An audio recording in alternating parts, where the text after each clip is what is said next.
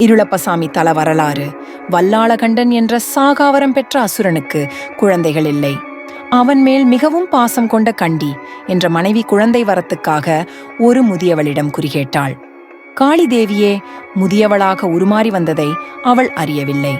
குறி சொன்ன அவள், நான் தரும் திருநீரை சாப்பிடு, குழந்தை பிறக்கும். ஆனால் உன் கணவன் இறந்து விடுவான், பரவாயில்லையா என்றாள்.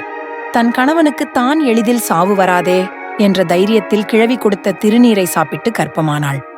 வெளியூர் சென்றிருந்த வல்லாளகண்டன் தன் மனைவி கர்ப்பமான செய்தி கேட்டு அவள் மேல் சந்தேகப்பட்டான்.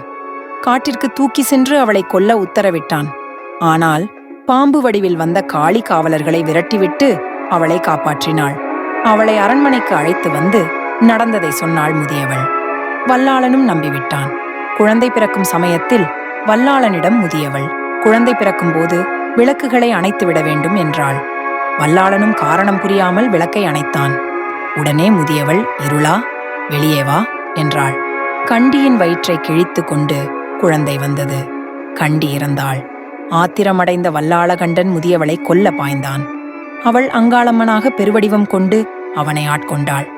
வல்லாளனே, என் கையால் மரணமடையும், நீ முக்தியடைவாய்.